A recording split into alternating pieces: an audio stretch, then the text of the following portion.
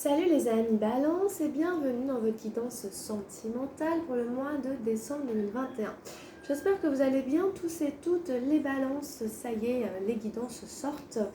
Excusez-moi pour le retard. Alors, les balances, vos énergies à vous sont ici et les énergies de la personne à laquelle vous pensez ou de la personne qui pense à vous, eh bien, sont ici. Il arrive parfois que les énergies soient inversées. Donc vous vous replacez là où vous vous reconnaissez, vous replacez la personne en question là où vous la reconnaissez en fonction de la description du tirage. Ok, alors on va y aller, on prendra le message avec Gaïa, on verra ce que j'ai pioché, on prendra quelques messages avec les anges de l'amour à la fin. Alors, c'est parti, donc où en est la relation pour vous les balances au moment où je fais le tirage? Alors j'ai tiré la 3 des nuages, l'isolation. Bon, bah c'est pas foufou, c'est pas marrant. Ok, alors on continue. Nous avons, première énergie pour vous, la 10 des arcanes majeures, le changement. Ok, ça c'est bien. Ensuite, on a la 4 des nuages, l'ajournement. Voilà, qui suit la numéro 3 qu'on avait en haut. Et on a la 5 d'arc-en-ciel, l'exclu. D'accord, voilà les balances.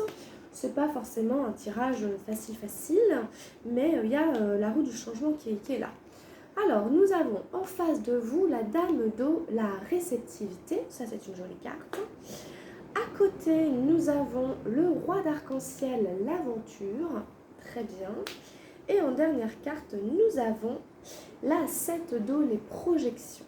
D'accord. Et en carte de direction, on ira la retourner tout à l'heure. Donc déjà, là, comme ça, d'un premier coup d'œil, les balances, on sent que, bon, vous faites un espèce de deuil, il y a quelque chose qui se passe. Ensuite, en face, c'est assez différent. Et puis, alors, au niveau des cartes, on a de tout. Je crois qu'on n'a juste pas d'énergie de feu pour l'instant. Ok, donc, c'est parce que avec cette isolation qu'on a là, on a quand même un personnage qui est en train de pleurer et puis qui se sent seul. Donc, je pense que du coup, voilà, vous êtes peut-être séparés, vous vous retrouvez seul ou vous avez besoin de pleurer, envie de pleurer, enfin voilà, peut-être que vous allez craquer. Bon après voilà, c'est toujours pareil, si les larmes sortent, eh bien ce sont des larmes salvatrices qui viennent soigner, guérir nos plaies, nos blessures intérieures pour pouvoir briser la glace, parce que le bonhomme ici s'est mis une armure de glace pour ne plus être touché, atteint, blessé au niveau sentimental. Mais donc voilà, c'est aussi un peu fermé à l'amour, au sentiment, alors qu'il va falloir quand même briser la glace, mais pour ce faire, eh bien peut-être qu'il y a une période comme ça de guérison avec peut-être, voilà, vous allez apparemment passer par une période froide un peu, voilà, où le cœur peut-être a été blessé et où eh bien on se retrouve voilà, en peine, un petit peu seul, exclu, à part, qu'il n'y a, voilà, y a plus forcément de relation et que ça fait de la peine. Autant l'un que l'autre, en tout cas c'est là où en est la relation, donc on est chacun de son côté ici, avec sa peine ici. Donc c'est pas forcément facile. Alors on va enchaîner, du coup, on a ici la numéro 10, justement, le changement, qui vous dit qu'en fait il va y avoir un nouveau cycle qui arrive. Cette période, cette phase va se terminer directement en décembre, boum, on démarre sur le changement. Donc du coup, à accueillir le changement, prenez justement la roue, le train en route, pour ne pas rester là-dedans, parce que de toute façon c'est pas confortable. Hop, une fois que ce sera traversé, vous irez sur une autre étape de votre vie. Le changement, c'est vraiment les cycles de la vie. Et puis, comme dans la nature, il y a le printemps, l'été, l'automne, l'hiver. Dans nos vies, nous avons aussi des phases, des périodes enchantées, des périodes un peu plus difficiles, etc., etc. Donc ici, vous allez être projeté sur un nouveau cycle, une nouvelle étape, le changement ici, la 10. Donc c'est vraiment un changement. Donc c'est important de l'accueillir et d'y participer en fait. Surtout pas de résister, de rester collé au passé. Non, ici, boum, on accueille le changement. S'il y a des nouveautés, des nouvelles propositions et tout, on les saisit. Ça va nous changer la tête, ça va nous faire de nouvelles rencontres. Et là, on en a besoin parce qu'on revient de loin, de quelque chose qui a été souffrant et douloureux. Donc tout ce qui peut être frais, nouveau et tout, vraiment, accueillez-les, dites oui, ok, voilà. Ça va vous faire du bien et la vie essaie de vous emmener sur un nouveau chemin sentimental ici. Parce que derrière, on a l'ajournement. Vous pourriez avoir tendance avec la 4 des nuages de retenir ce changement. Vous pourriez avoir tendance à regarder dans le passé, à regarder derrière et de procrastiner. Et en fait, ça ne va pas permettre au changement ici de se produire comme il faudrait, comme il voudrait, justement pour vous amener d'autres choses, de nouvelles choses. Ici, on a tendance à procrastiner, à remettre à demain. Par exemple, quelqu'un vous appelle, oui, allez, viens, on fait une sortie, une copine ou un copain, on va faire ça, et vous dites oui, puis après vous dites non. Donc, vous dites demain, après-demain et tout. Et en fait, du coup, vous amorcez pas le changement. Ici, on regarde derrière parce que c'était mieux dans le passé. On se dit c'était mieux avant. Avant, la vie, elle était belle, elle était colorée, etc. Maintenant, c'est gris, etc. Donc, j'ai pas envie. Donc, j'arrive pas ici à me tourner vers l'avenir. J'arrive même pas à être dans le moment présent. Et en plus, ce qui se présente dans le moment présent, j'ai tendance à le rejeter pour le remettre à plus tard. Donc, attention, attention, attention ici. Attention, elle suit la 3, la 3, la 4 se suivent. Ce sont des énergies pas forcément faciles. Donc essayez de ne pas procrastiner. Essayez de vous forcer de ne pas procrastiner. Ok, de ne pas reporter à demain. Même s'il y a de la nostalgie, ça ne sert à rien en fait. Au bout d'un moment, c'est pas constructif. Ok, donc essayez d'être dans ce changement qui est là, de sortir de cet état et de faire les choses, même si c'est difficile, même si ça vous coûte. Dites oui aux propositions et arrêtez de procrastiner. La 5 d'arc-en-ciel, je me sens exclue. L'exclue, voilà, j'ai l'impression de ne pas participer. J'ai l'impression qu'on ne m'appelle pas, qu'on ne prend pas soin de moi, etc. D'être privée de quelqu'un ou de quelque chose. Évidemment, ça me fait de la peine. Évidemment, l'exclu souffre de cette situation de rejet, d'abandon. Or, le cadenas n'est pas fermé. Or, c'est une impression qu'il a, de par la position qu'il prend, de s'accrocher au barreau et d'appeler vers l'extérieur. Il suffirait qu'il décroche, qu'il lâche prise, qu'il s'occupe autrement, qu'il renonce d'une certaine manière à cette manière de faire qui n'est pas la bonne, parce que personne ne répond pour venir lui ouvrir la porte. Il ne s'aperçoit pas que le cadenas est ouvert. Regardez bien si vous voyez, le cadenas en rouge n'est pas fermé, il n'est pas bloqué. Il est ouvert, sauf que le personnage ne s'en rend pas compte. Donc c'est la manière de faire qui n'est pas bonne. Donc essayez de décrocher pour faire autrement et ça va s'ouvrir. Et peut-être qu'une nouvelle voie, puisque le changement est là, va se proposer. Et c'est la meilleure chose qui puisse vous arriver. Mais ça demande de passer par une phase de renoncement, de lâcher prise, etc., de garder vers l'avenir, que le passé appartient au passé, peut-être ça n'a pas marché, ou en tout cas, etc. Voilà, il y a toute cette phase-là qui n'est pas facile, c'est sûr, c'est éprouvant, c'est normal. Bon, voilà un peu ce qu'on peut dire, mais la carte la plus importante de votre tirage, c'est la numéro 10, c'est le changement, c'est une arcane majeure. Et ça, c'est vraiment l'univers, c'est le destin, c'est la vie, c'est pas un choix. Le changement est là, donc il va falloir passer sur une nouvelle étape. Alors, en face de vous, on a deux très jolies cartes pour commencer. On a la Dame d'eau, la réceptivité. Donc ça, c'est une carte très maternelle, très maternante. C'est une carte en fait qui dit que la personne ici qui pense à vous, en face de vous, c'est quelqu'un qui vous écoute. C'est quelqu'un à qui on peut parler, c'est quelqu'un qui est dans l'empathie. C'est quelqu'un qui est ouvert pour recevoir, pour vous recevoir ce que vous avez à lui dire, à partager, à lui offrir, à lui raconter. La personne va vous écouter. C'est vraiment l'énergie féminine par excellence de réceptivité, de réception, de recevoir. Que ce soit un homme ou une femme, c'est une énergie qui domine. Donc il peut y avoir de l'amour ici pour vous, de la bienveillance, de l'affection, de l'affectivité, beaucoup d'émotions, beaucoup d'émotionnel. Attention au côté éponge de cette carte, parce qu'à trop absorber, on ne sait plus trop, on s'y perd un peu, et puis voilà. Donc attention à l'hyper-émotivité, à l'hypersensibilité. Mais c'est une très jolie carte d'eau, de guérison, de bienveillance, d'affection. Quelqu'un sur qui on peut compter ici, vraiment. Quelqu'un qui est prêt à nous ouvrir la porte, à nous accueillir, à nous écouter. Donc c'est vraiment très, très beau comme énergie. Beaucoup de douceur aussi dans cette carte, beaucoup de douceur. de sérénité, de calme, voilà. En face, on a l'aventure. Donc peut-être que cette dame d'eau, elle voudrait peut-être vivre une aventure avec vous. Que ce soit encore un homme, une femme, peu importe.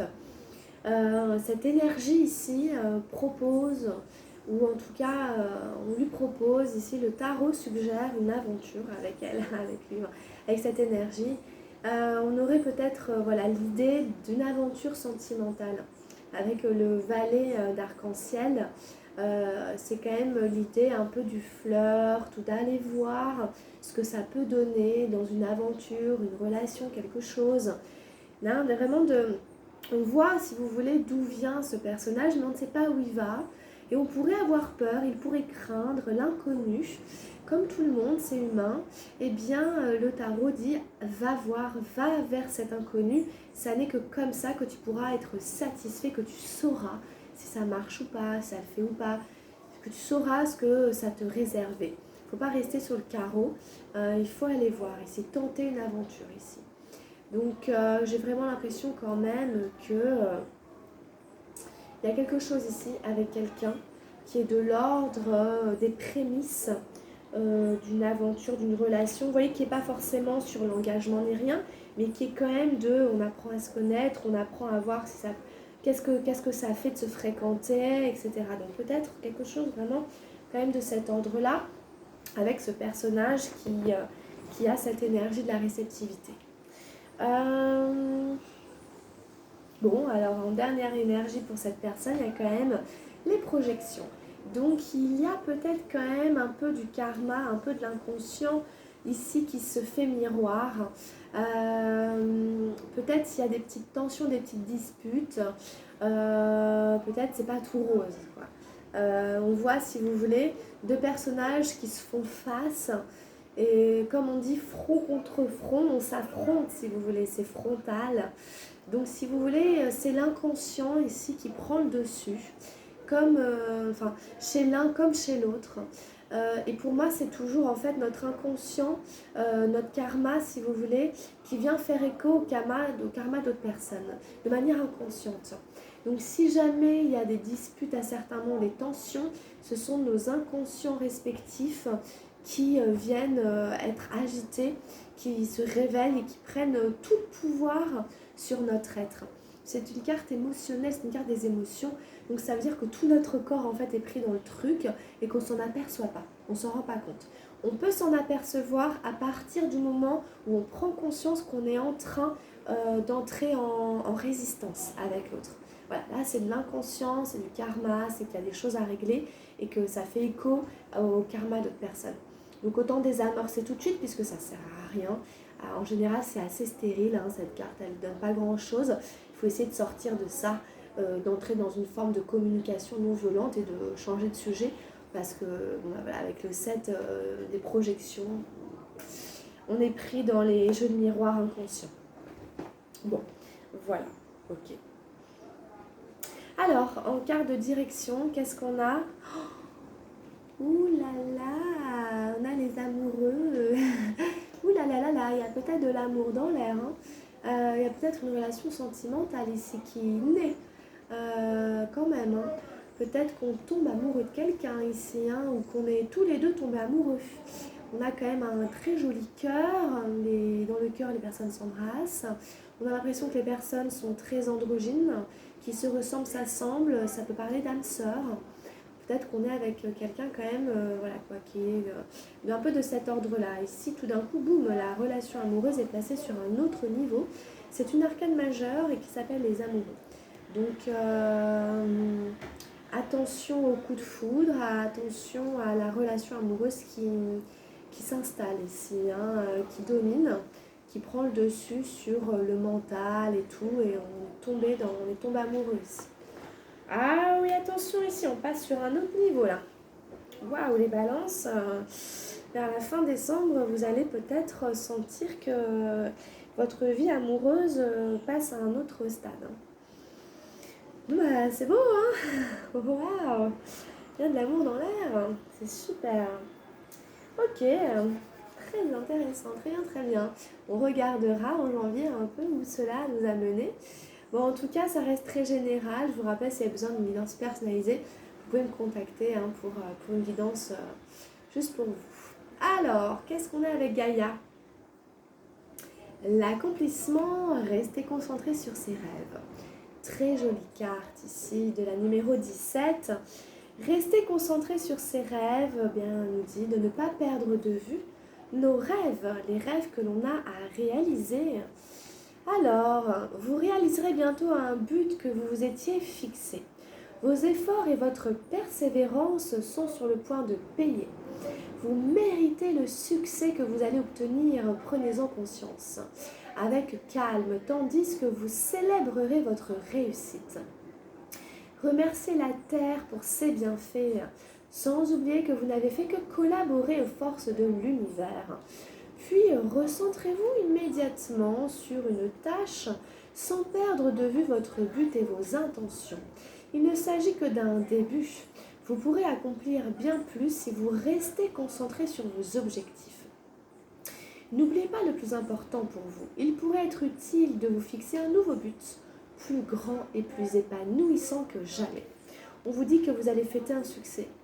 On vous dit que vous allez atteindre un but, un objectif. Peut-être que vous allez réaliser un rêve. Cette carte fait beaucoup penser à la carte ici de l'accomplissement. On retrouve un peu la fleur de lotus. En tout cas, ça fait, oui, je pense que c'est une fleur de lotus qui était ici aussi. Ces énergies d'eau. Et voilà, restez concentré sur vos rêves ici. Alors, les affirmations positives sont « Je rends grâce pour tout le succès que j'obtiens. Je ne fais que collaborer avec mon être supérieur et la lumière de l'amour éternel. Je reste concentré sur mes rêves et je suis remplie de gratitude pour ce que j'ai accompli. » En fait, n'oubliez pas d'être reconnaissant pour le succès qui arrive. Rappelez-vous que c'est vous en co-création avec les forces de l'univers.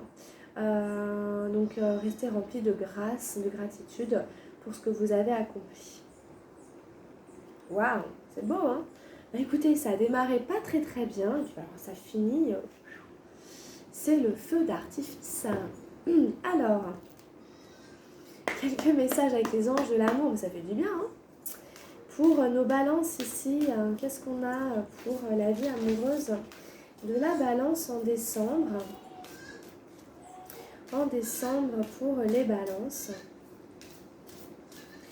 Donc ça reste un tirage général, comme je vous disais, vous pouvez prendre rendez-vous pour une consultation, une guidance, via mon mail ou via les réseaux sociaux. Allez, les balances pour décembre. On a l'engagement.